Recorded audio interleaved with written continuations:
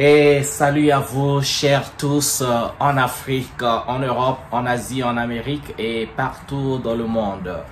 Bienvenue sur cette chaîne en Afrique et en diaspora où on parle de tout ce qui concerne l'Afrique et tout ce qui se passe en Afrique et dans la diaspora africaine dans le monde.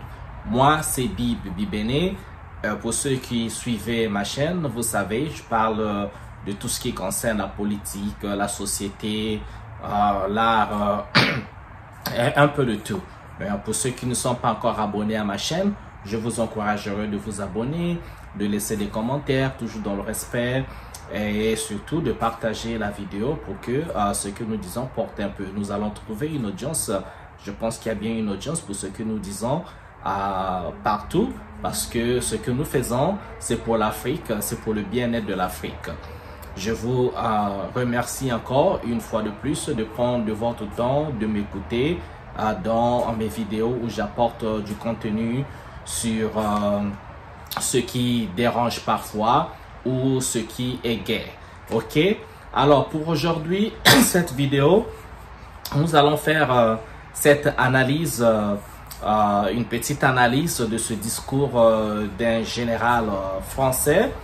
Ce général s'appelle, il faut que je lise son nom, j'ai mon papier ici où j'ai noté, j'ai pris des notes pour bien analyser sa vidéo parce que c'est assez grave, mais pas étonnant du tout et pas surprenant. Et donc le général s'appelle François Lecointre. François Lecointre, vous savez, hein, les Français ils ont des noms comme ça aussi. Lecointre, je ne sais pas ce que ça veut dire, mais c'est son nom, François Lecointre. Je vous encouragerai tous de bien regarder, de bien suivre cette vidéo. Je mets la vidéo ici, qu'on va tous suivre son discours ensemble, mais je vous encouragerai de prendre note, de bien analyser ces mots. Ok? Mais en analysant ces mots, il faut aussi regarder cet univers africain et les enjeux géopolitiques qui se jouent en ce moment. Le Sahel avec donc la formation des États du Sahel au Burkina Faso, le Niger et le Mali. Et encore tout ce qui bouge au Tchad, en Centrafrique, au Gabon, en République démocratique du Congo, au Congo-Brazzaville, un peu partout en Afrique, on ne va pas oublier le Soudan. Il faut vraiment faire la lecture globale des enjeux politiques, des enjeux géopolitiques. Il faut aussi regarder cet environnement européen, ce qui se passe en Europe, et notamment avec la guerre en Ukraine. Il faut bien regarder le comportement de l'OTAN envers la Russie, le comportement des maîtres de l'OTAN, donc les États-Unis, envers quasiment tout le monde. Il faut regarder ce qui se passe vers Taïwan et la Chine. Il faut regarder la montée de la Chine et les investissements et influences de la Chine dans le monde. Que représente la Russie et pourquoi autant d'acharnement qui a commencé depuis. Donc, on regarde cette vidéo avec un œil ou un esprit très ouvert sur la totalité du monde ou les enjeux globaux, tout ce qui se passe dans le monde aujourd'hui et voir un peu aussi l'histoire. Il faut faire toujours des références dans l'histoire parce que la personne qui oublie l'histoire est vouée à la répéter. Alors pour ne pas répéter l'histoire, il faut bien faire la lecture des choses. Il ne faut pas penser ce qui est passé au XXe siècle est resté dans le passé. Non, il ne faut pas penser que ce qui a été fait au 19e siècle, 18e, 17e, 16e, 14e siècle est resté dans le passé. Non, non, non, non, non. Nous ne voulons pas être passéistes, bien sûr, mais l'histoire, elle est faite pour qu'on s'en souvienne. Bien sûr, l'histoire, elle est aussi faite pour qu'on s'y inspire. On s'inspire parfois des erreurs qu'on a faites dans le passé afin de les corriger dans le présent et de bâtir un futur sans répéter ces erreurs. C'est à cela que sert l'histoire. Et donc, pour l'histoire des Africains, que ce soit l'histoire des captures de nos parents qui ont été ensuite transformés en esclaves, que ce soit dans le 18e siècle, 19e siècle, que ce soit encore bien avant ça avec l'esclavage des Arabes, il faut encore aller plus loin en fait. Comme je vous dis, il faut connaître l'histoire dans sa globalité. Parfois, essayer de faire une revue, et quand vous faites la revue, vous comprendrez qu'il y a plein de choses qui se passent aujourd'hui. En fait, ces choses ne sont pas nouvelles. Ces choses se sont déroulées dans le passé et ont été répétées. Les civilisations ont apparu, mais les civilisations ont disparu également. Quelles sont ces civilisations? C'est notre devoir à nous tous de connaître ces civilisations et de connaître les causes de la disparition ou de la chute de ces civilisations, de ces grandes puissances, à l'instar de la Grèce, de l'Empire romain, l'Empire portugais, l'Empire espagnol, et quel empire encore? Mésopotamie. Et tous ces empires, il faut bien les analyser. L'Empire ottoman, il faut bien connaître les causes et voir ce qui se passe aujourd'hui, parce que ces territoires, en fait, existent bien, bel et bien. Ok. Donc, ayant établi cela, vous regarderez cette vidéo avec une vision plus large, ok? Et donc, on revient à ce discours de ce général François Lecointre, ok? Donc, on regarde la vidéo ensemble, puis je reviens pour mes petites analyses. Alors, restez bien branchés, voici la vidéo et on se retrouve juste après. Merci. Nous avons travaillé à essayer de mettre en évidence ces intérêts communs européens. Ce qui est notre destin commun à nous, Européens, c'est la Méditerranée et l'Afrique, où notre destin se joue. Et donc nous avons en permanence essayé, nous Français, d'entraîner les Européens dans cette prise de conscience de la nécessité d'agir collectivement en Afrique et en Méditerranée. Et je suis absolument désolé de voir l'échec de nos engagements au Sahel. Et je pense que de toute façon, nous aurons à nous reposer la question. Parce que nous ne pouvons pas imaginer avoir à nos portes un continent entier qui est en train de s'enfoncer dans la destruction des appareils de gouvernement et des États, s'enfonce dans une forme de chaos, de guerre civile dans beaucoup de pays et de plus en plus de pays, dans des difficultés qui sont liées aux évolutions climatiques, qui sont encore plus dramatiques sur des populations vulnérables comme les populations africaines. En plus, un continent qui va connaître une explosion démographique comme aucun continent n'en a jamais connu. Et donc imaginez que ça se passe là, dans les 10-20 ans qui viennent, et que ça n'aura pas de conséquences sur l'Europe, parce que nous vivons dans une sorte de bulle protégée par je ne sais quoi d'ailleurs, c'est tout simplement inconscient. Et donc je pense que cet intérêt commun-là devrait un jour faire que l'Europe se décidera à agir comme une entité politique qui ira défendre elle-même ses intérêts, y compris par le moyen de l'engagement de ses armées. Le retrait du Sahel fut difficile à accepter pour tous ceux qui y ont été engagés. Je suis le premier à avoir beaucoup de mal à avaler ça. C'est un échec français et européen et africain qui procède principalement de ce que nous n'avons pas compris, que l'action devait être une action globale.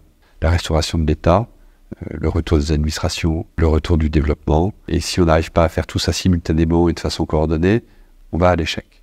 C'est ça qui s'est passé. Ce que j'ai du mal à avaler, c'est quand on me dit que c'est l'échec d'une opération militaire. La réalité, c'est que c'est pas l'échec d'une opération militaire. L'opération militaire était une dimension.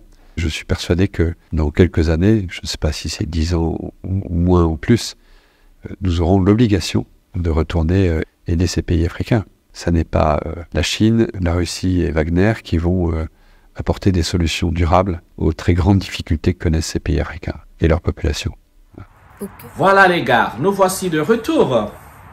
Eh bien, prenez bien note. Ok, moi j'ai pris le temps de prendre mes notes, de rebondir. Je vais rebondir sur certains des propos de ce général.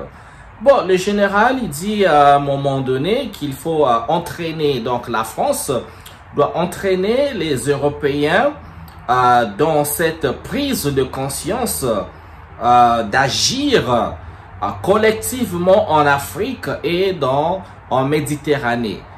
Je note bien, il dit prise de conscience d'agir collectivement en Afrique et en Méditerranée.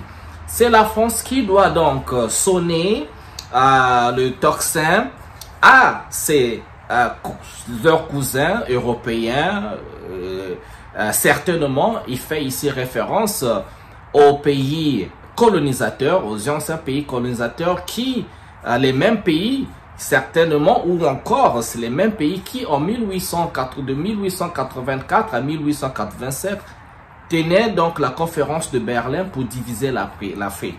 Et l'Afrique était divisée, ces morceaux ont été partagés entre eux. Ils se sont partagés l'Afrique et ce qui donna ce que nous avons aujourd'hui, les territoires, les frontières, une Afrique divisée avec des noms de pays, des villes et autres que les Africains n'ont pas donné, et aucun avis avait été demandé à un Africain, et aucun Africain n'a été présent à la conférence. Et donc aujourd'hui, le monde a évolué. Il y a eu dans les années 60 les indépendances, et donc il fallait entamer le processus de décolonisation, ce qui n'était pas vraiment fait, même s'il y a eu des mouvements de la négritude, il y a eu des mouvements de la genèse du panafricanisme. Mais il faut comprendre que la lutte de la colonisation, moi je pense que n'avait jamais vraiment commencé, parce que nous savons tous que les indépendances étaient factices, parce que il fallait donc juste remettre les rênes. On voyait en fait la colonisation a donné naissance à la néocolonisation, ce qui veut dire que pendant la colonisation, nos administrations africaines étaient tenues par les Européens, les colonisateurs. Après les indépendances, et donc les Européens et surtout la France a fait en sorte, avec leur général de Charles de Gaulle, a fait en sorte que la France continue d'exploiter et de contrôler les ressources des pays dits d'ex-colonies, et en le faisant à distance. Et pour le faire, il fallait donc placer à la tête des nations africaines dites francophones des leaders politiques qui étaient à la solde de la France. La suite, vous connaissez. Et donc, ce général qui demande donc aux Européens de pouvoir faire une prise de conscience et agir collectivement, n'est-ce pas les demander à revoir si et seulement si ils pouvaient constituer un colloque comme ça pour repenser à comment recoloniser l'Afrique, ou encore à comment continuer à contrôler l'Afrique et notamment ses ressources, minières et aussi ressources humaines. Un autre point qu'il faut noter, qu'il dit, il est désolé de voir leur échec au Sahel. Alors, lui étant désolé de voir leur échec, néanmoins il reconnaît l'échec parce que vous savez, hein, la France au départ avait été invitée par le Mali pour pouvoir l'aider à combattre le terrorisme. Ben, 9 ans, 10 ans plus tard, malgré ces opérations Barkhane, 10 ans plus tard, le terrorisme ne s'éradiquait pas, et au contraire, le terrorisme avait continué à être nourri ou agrandissait par je ne sais quel miracle. Alors que le Mali était censé être aidé par une grande puissance comme la France, qui a la technologie militaire, les satellites qui peuvent traquer tout de par l'espace. Et non seulement ça, des drones et autres, mais 10 ans plus tard, des groupements de terroristes qui sont faits, les terroristes, c'est des jeunes Maliens, pieds nus, ou qui obtiennent des armes sophistiquées pour faire tête à une armée d'une nation. Par quelle magie, on ne sait pas trop. Eh bien, la suite, vous connaissez, le Mali qui prend conscience pour dire, ben non, en fait, le problème, c'est la France. Le problème, c'est pas... la France n'est pas la solution, et donc il fallait donc rompre avec ces relations politiques. Donc vous avez vu l'exemple, vous voyez l'exemple au Niger, c'était pareil. Il fallait que la France, l'armée française plie bagage au Niger, au Mali et au Burkina Faso, pareil. Et donc c'est des gens qui reprennent leur destin en main. Mais pour la France ou pour ce général, c'était un problème. Eh bien, pourquoi est-ce que cela doit constituer un problème quand les ayants droit, les propriétaires de la nation, de la terre vous demandent en fait de partir? Ça ne devait pas faire un problème. Nous avons vu après la Deuxième Guerre mondiale, le général de Gaulle demandait aux Américains de partir parce que à la sortie de la Deuxième Guerre mondiale, les Américains qui avaient donc aidé à libérer la France, pas seulement les Américains, les Africains d'ailleurs, avec nos ancêtres qu'on appelait tirailleurs sénégalais. Donc après qu'on ait aidé la France à se libérer du joug allemand, eh bien les Américains avaient installé une base militaire en France. Alors, le général de Gaulle sentit que si cette affaire continue, la France sera occupée, la France risquerait de devenir une colonie américaine. Et donc, le général de Gaulle demanda donc aux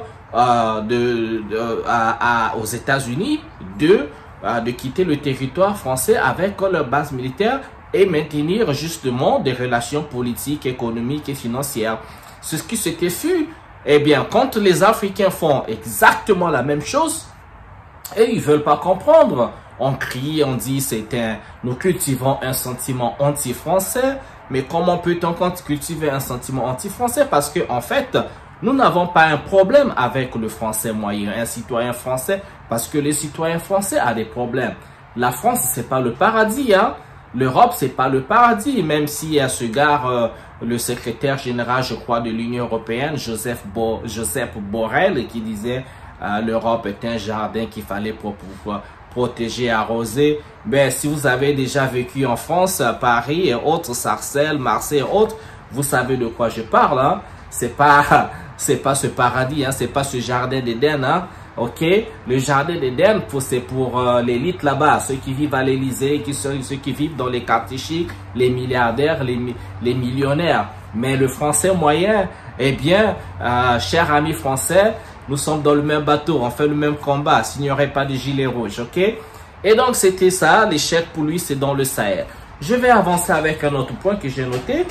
Il dit, ils ne peuvent pas accepter de voir nos appareils administratifs s'enfoncer. Eh bien, il parle des appareils administratifs. Il faut bien savoir décoder les choses. J'ai parlé tout à l'heure de la colonisation où nos appareils administratifs étaient tenus par les Français. Donc, c'est eux qui contrôlaient tout. D'ailleurs, vous savez, hein, dans beaucoup d'Africains francophones, si vous voyez leur nom, il y a une configuration telle que, on dit, dans votre nom complet, il y aura le prénom et le nom de famille. Donc, prénom et nom. Donc, le prénom, dans ces Africains, pour les Africains francophones, ou parfois pas aussi, tous les prénoms sont des prénoms européens. Moi, par exemple, moi, je vous dis, je m'appelle Bibéné, mais Bib, c'est mon surnom. Mais mon vrai prénom, c'est Chanel. Mes parents m'ont prénommé Chanel. Eh bien, Chanel, c'est pas africain, c'est pas congolais, c'est bien français. Et Bibéné, c'est le nom de famille. Donc, nous portons en nous une empreinte de la colonisation de par nos noms déjà.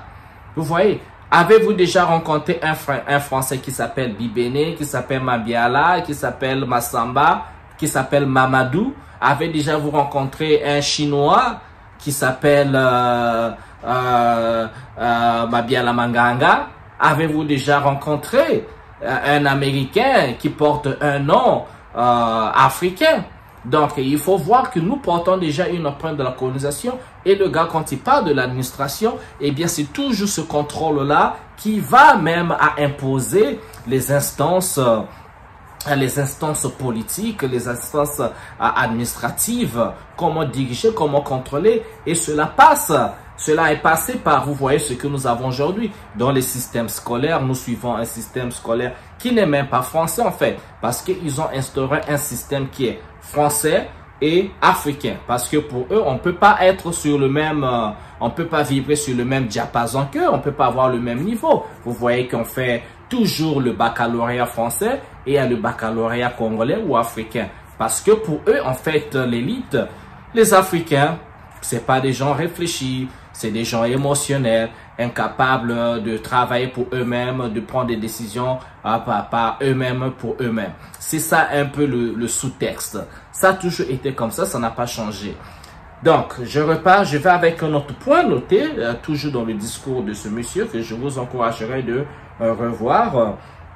Alors, ici, il dit, il parle des difficultés liées au climat. Eh bien, lui, il s'inquiète des conséquences climatiques sur l'Afrique. Mais, les gars, qui est le plus grand pollueur, qui est le plus grand catalyseur de ce dégât climatique dans le monde, dans la planète Terre? C'est qui? N'allons pas nous commencer par l'oncle Sam, qui est donc les États-Unis. Ce n'est pas leur révolution industrielle qui a accéléré donc le réchauffement climatique. Ce ne sont pas les pays européens qui sont pollueurs. Ils ont pris le temps de sucer la planète, d'extraire les matières, de brûler les matières, à accélérer le réchauffement climatique. Mais ce n'est pas l'Afrique. Ce n'est pas l'Afrique. L'Afrique subit les conséquences de leur irresponsabilité parce que en exploitant, ils n'avaient pas pensé aux énergies renouvelables, aux énergies non toxiques, ok, qui ne provoqueraient pas des effets les effets de serre. Ça, ils n'en ont pas pensé, mais par contre, c'est à l'Afrique qu'on s'inquiète. Ils ne s'inquiètent pas des dégâts climatiques, difficultés liées au changement climatique.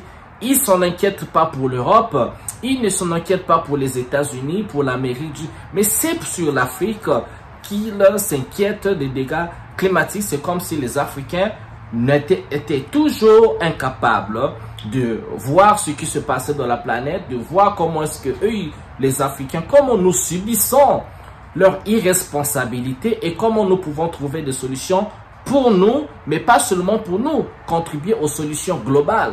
Mais ils ne voient jamais les Africains sous cet angle, sous cet œil. C'est toujours des victimes, des gens incapables de réfléchir ou de faire quoi que ce soit par eux-mêmes. Et c'est eux, l'homme blanc sauveur. On va avancer avec un autre constat ici. Là, il dit, il contient que, je continue à lire, contient qui ne connaître. Voilà, il parle de l'explosion démographique. Encore une fois de plus, ça montre encore ce ton condescendant. Ce général s'inquiète de l'explosion démographique en Afrique. Oui, c'est toujours ce qu'il dit, c'est pas nouveau. L'Afrique, en Afrique, c'est stigmate. Les Africains font beaucoup d'enfants, les Africains font des bébés, il y aura une explosion démographique, ça va conditionner la faim, la famille. C'est toujours ce ton condescendant de pouvoir parler aux Africains comme des enfants. C'est comme si nous ne savions pas ce qui se passe. Nous sommes incapables de quoi que ce soit. Ce que nous faisons, c'est irresponsable. Nous sommes des animaux, quoi. À la limite, nous sommes des animaux, nous n'avons pas de cerveau, on réagit pas instinct, on voit pas que voilà l'explosion, que le nombre de population augmente. Mais attendez, pourquoi ils ne tiennent jamais le même discours avec un pays comme la Chine? L'Afrique tout entière, l'Afrique, notez bien les gars, l'Afrique est le continent le plus grand de la planète Terre. C'est le continent le plus grand. Mais dans tout ce continent, il y a à peine 1,2 milliard d'habitants. Dans tout le continent africain, il y a à peine un peu plus d'1 milliard d'habitants. Voyons en Chine. La Chine est un pays, ok, est un pays loin d'être, d'avoir la taille de l'Afrique. Un pays, on a 1,5 milliard de population. 1,5 milliard. Prenons l'Inde. L'Inde est aussi à près de 1,4 milliard d'habitants. L'Inde. Ça, c'est un pays beaucoup plus petit que tout un continent africain. Ils ne disent absolument rien. Ils ne voient pas l'explosion démographique de la Chine, de l'Inde et d'autres pays encore. Ça, ils ne voient pas. Mais c'est tout un continent. Eux, ils s'inquiètent de l'explosion démographique de tout un continent, alors que l'Afrique en elle-même est déjà sous-peuplée. L'Afrique n'est pas proche du surpeuplement, pas du tout. Mais l'Europe, regardez l'Europe. Regardez l'Europe. Il y a combien d'habitants en Europe? Et pourquoi aujourd'hui la population européenne elle est vieillissante? Mais c'est l'Europe qui a arrêté de faire des bébés. L'Afrique a connu des génocides, l'Afrique a connu les guerres de tous genres, des maladies qui nous ont menés, qui ont fait des dégâts, mais nous résistons. Mais l'Afrique a besoin de sa main forte, l'Afrique a besoin de cette explosion démographique. C'est ça qui constitue l'Afrique, la force de l'Afrique. L'Afrique est le continent où on trouve un nombre de jeunes élevé parce que la majorité de la population est à une moyenne d'âge de 20 ans. Ça veut dire que nous avons la force de travail, c'est l'avenir. La jeunesse, c'est l'avenir. Quand vous avez une population vieillissante, alors quel est l'avenir de quelqu'un qui a 90 ans? Voilà, vous connaissez la réponse. Mais par contre, quand vous avez beaucoup de jeunes, bien formés et bien outillés, mais c'est ça qui fait la force de l'Afrique. Tout ce qui fait la force de l'Afrique, on veut vous faire croire que c'est la faiblesse de l'Afrique. Et c'est même pas les Africains qui parlent, c'est lui qui parle. Et je vous le dis les gars, chers Africains, tout ce qui fait la force de l'Afrique, eux quand ils parlent, ils vous font croire que c'est la faiblesse de l'Afrique. N'écoutez jamais vos colonisateurs, n'écoutez jamais les gens parler pour vous dire ce qui est bien pour vous. C'est nous qui connaissons ce qui est bien pour vous. Nous n'avons pas besoin de quelqu'un qui vient nous parler d'explosion démographique. Ce monsieur n'a qu'à adresser le problème du vieillissement de son pays, du vieillissement de l'Europe. Il n'a qu'à s'occuper de l'Europe et non de l'Afrique. Ça, que ça soit très clair. On va continuer encore dans une analyse. Il dit, l'Europe doit aller défendre ses intérêts en Afrique en engageant ses armées. Quel culot! Je trouve ça assez prétentieux quand quelqu'un dit, imaginez, vous êtes chez vous, à la maison. Vous êtes chez vous, dans votre maison. Votre voisin vit à 2 km de chez vous. Mais votre voisin trouve que lui, ses intérêts à lui, pour manger, pour bien vivre, en fait, il faudrait que ses intérêts à lui se trouvent chez vous, dans votre maison. Donc, lui, il vit chez lui là-bas. Il veut venir chez vous, dans votre maison, défendre ses intérêts. Donc, si vous avez votre saucisson dans le réfrigérateur, vous avez votre pain, vous avez votre haricot, tout ce que vous aimez manger chez vous, dans votre réfrigérateur, dans votre cuisine, lui, là-bas, chez lui, il sent l'odeur de la nourriture. Il dit, cette nourriture-là, j'en ai besoin. Alors, il faudrait que j'aille défendre ma faim. Les borborismes, comme son ventre fait qu'il a faim. Il dit, non, non, non. Au lieu qu'il aille, lui, acheter à manger chez lui dans son marché, au lieu qu'il aille chercher, lui, à travailler, mais il s'est dit, il va venir chez toi, défendre ses intérêts, donc défendre la faim. Donc, il va venir puiser son poisson, prendre son poisson, son manioc, là où il va et encore là où il va étancher sa soif et sa faim chez toi. C'est un peu ce que ça veut dire. Ils vont venir défendre leurs intérêts en Afrique. Une terre qui ne leur appartient pas, et c'est ce qu'ils disent. Donc, il faut avoir un certain culot. C'est à la fin, mais c'est insultant, c'est un affront. Moi, quand un Africain écoute ça, je ne sais pas ce que ça vous dit quand quelqu'un dit ça. Et quand, en fait, on ne peut pas rigoler avec certaines choses, ok? Hein, déjà, des phrases, il faut faire très attention au langage parce que nous parlons le français, il y a que bandinga betve, il y a au bandinga la bisoté. Nous avons nos langues, comme ils aiment dire, nous n'avons pas de langue, nous avons des dialectes. Mais ça, c'est un autre sujet parce que beaucoup de gens ne savent même pas la différence entre une langue et un dialecte. Quand c'est les Africains, c'est des dialectes, c'est des patois, des trucs comme ça. Mais bon, c'est un autre sujet. Il faut comprendre le fond des langages. Les mots dans une langue étrangère ont tout un sens.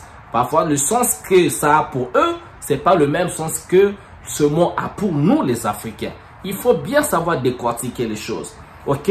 Donc c'est avec toujours cet air hautain, cette condescendance, ces gars qui se présentent en maître, supérieur, cette arrogance. Mais cette arrogance ignoble, ça donne envie de vomir les gars à un moment donné. On va continuer à prendre note. Donc, eux, ils veulent venir. Et les gars, avant de passer à autre chose, ils disent ils vont venir, quitte à engager leurs armées. Ça veut dire que la recolonisation, si ça va passer par le processus encore de faire les guerres, qu'ils ont toujours faites d'ailleurs en Afrique. Et non, armer les rebelles comme on voit les terroristes, parce que c'est un échec, ça marche pas. Alors, si la France est incapable de tenir 3 pays africains, comme le Niger, le Mali et le Burkina Faso, ils n'arrivent pas. Ils ont l'influence sur près de 22 pays africains qu'ils avaient colonisés. S'ils n'arrivent pas avec 3, si tous ces pays africains se réunissaient, eh bien, ça sera la catastrophe. En fait, c'est le fond de leur texte, c'est ça. C'est ce qu'ils craignent, que l'Afrique se réunisse, que l'Afrique prenne son destin en main. Alors qu'il doit faire le tout pour vous distraire avec des mots qui n'ont aucun sens. On va avancer. Il dit quoi? Il ne peut pas accepter l'échec de l'opération. Ouais, il n'accepte pas l'échec de l'opération militaire. Eh bien, c'est ça. Une Afrique qui apprend à se défendre, c'est impensable. Comment l'Africain se défend? Comment l'Africain peut mettre en déroute l'armée française? Comment? Mais on l'a vu avec Haïti qui avait battu leur général le plus célèbre de l'histoire de l'armée, de l'histoire militaire de la France, Napoléon Bonaparte, battu, tenu en déroute par les Haïtiens, un petit peu comme les Haïtiens. Et depuis là, ils n'ont jamais cessé d'en vouloir à Haïti et de donner toutes les misères à Haïti qui devait payer des millions et des millions chaque année pour qu'ils attaquent pas Haïti, qui ne jettent pas des bombes sur Haïti. Et depuis, Haïti ne fait qu'en pâtir, avec la complicité bien sûr des États-Unis et de l'Angleterre et bien sûr les mêmes suspects. Ok? Ceux qui ont divisé l'Afrique à la conférence de Berlin. On va continuer. Il dit ils seront dans l'obligation de retourner en Afrique. Ce n'est pas par la Russie et la Chine qui vont apporter la solution. Donc lui il dit ce n'est pas la Russie, la Chine qui vont apporter les solutions durables en Afrique, mais c'est plutôt eux les Européens. Encore on retombe toujours dans cette condescendance et dans cette histoire dans sa tête. L'Africain n'existe pas. L'Africain n'a aucun mot à dire. C'est lui qui décide. C'est eux qui conçoivent l'avenir de l'Afrique. C'est eux qui conçoivent comment nous devons réfléchir la pensée africaine. Comment nous pouvons la pensée, en fait, remplacer la pensée africaine par la pensée européenne. C'est comment nous devons nous vêtir, comment nous devons prier. C'est toujours ces élans de colonisation. Alors, ils pensent que c'est sur l'Afrique qu'ils vont venir faire la guerre entre la Russie et la Chine. Mais ils ne savent pas que nous laissons un message à tous ces Européens et même à la Chine. Dans la démarche africaine, nous cherchons des partenariats. La Chine, la Russie et tous ces gens-là doivent être, s'il faut entrer en partenariat avec ces pays, eh bien, ça sera un partenariat gagnant-gagnant parce que c'est le business. Ok? Mais c'est pas vu comme ça par la France. La France voit l'Afrique comme étant sa propriété. L'Africain n'a aucun mot à dire. L'Africain ne peut pas entrer en partenariat avec un autre pays. Cette histoire de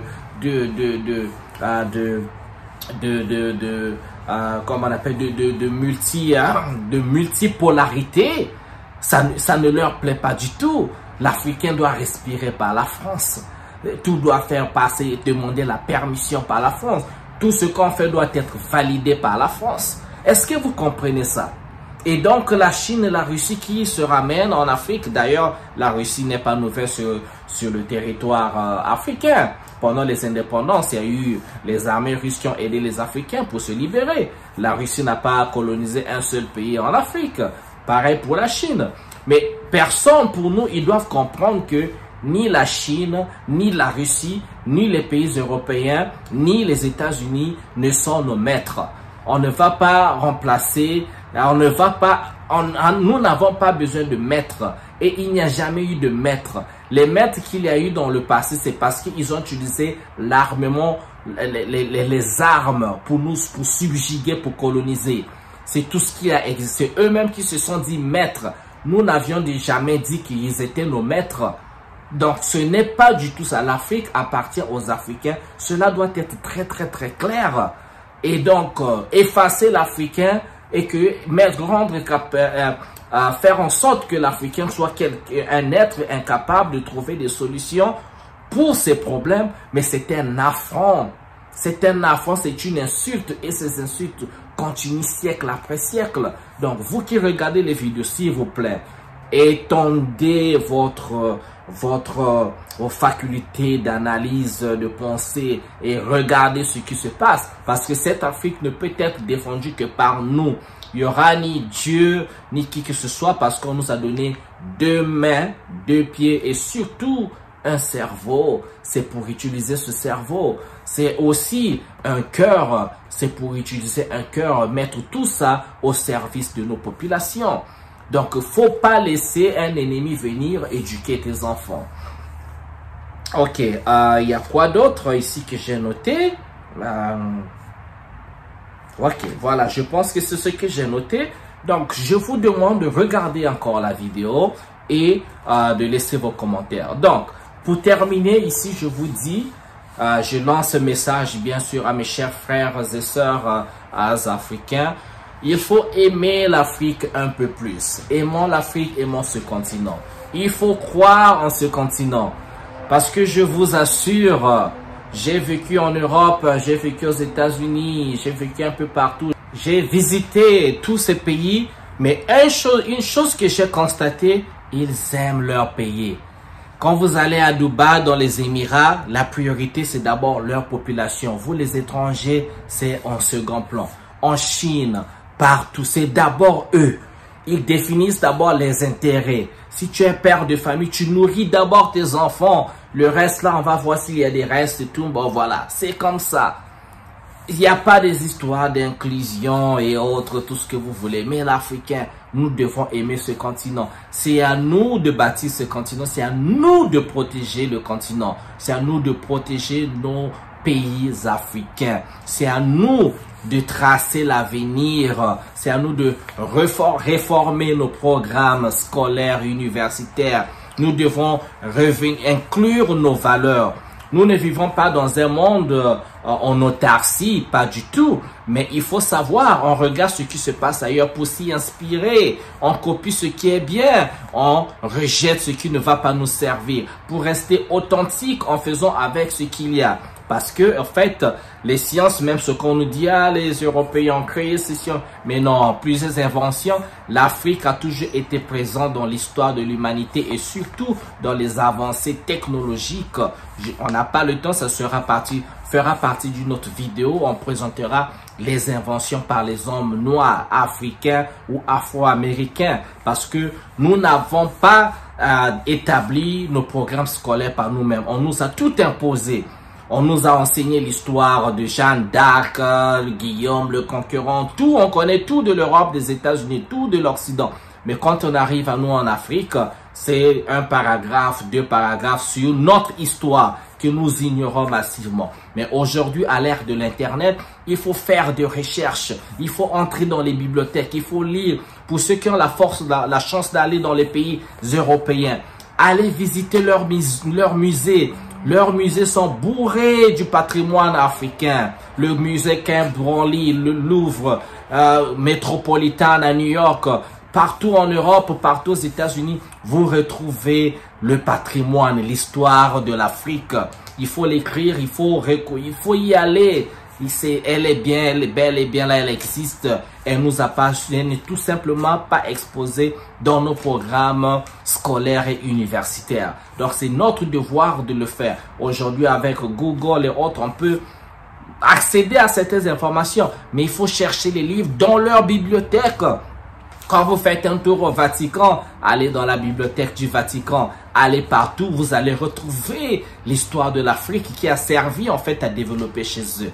Donc, ayons cette fierté et surtout, ne laissons personne parler à notre place, de valider, nous faire une validation pour nous. Soyons fiers et ne soyons pas complexés. Ces complexes d'infériorité, non.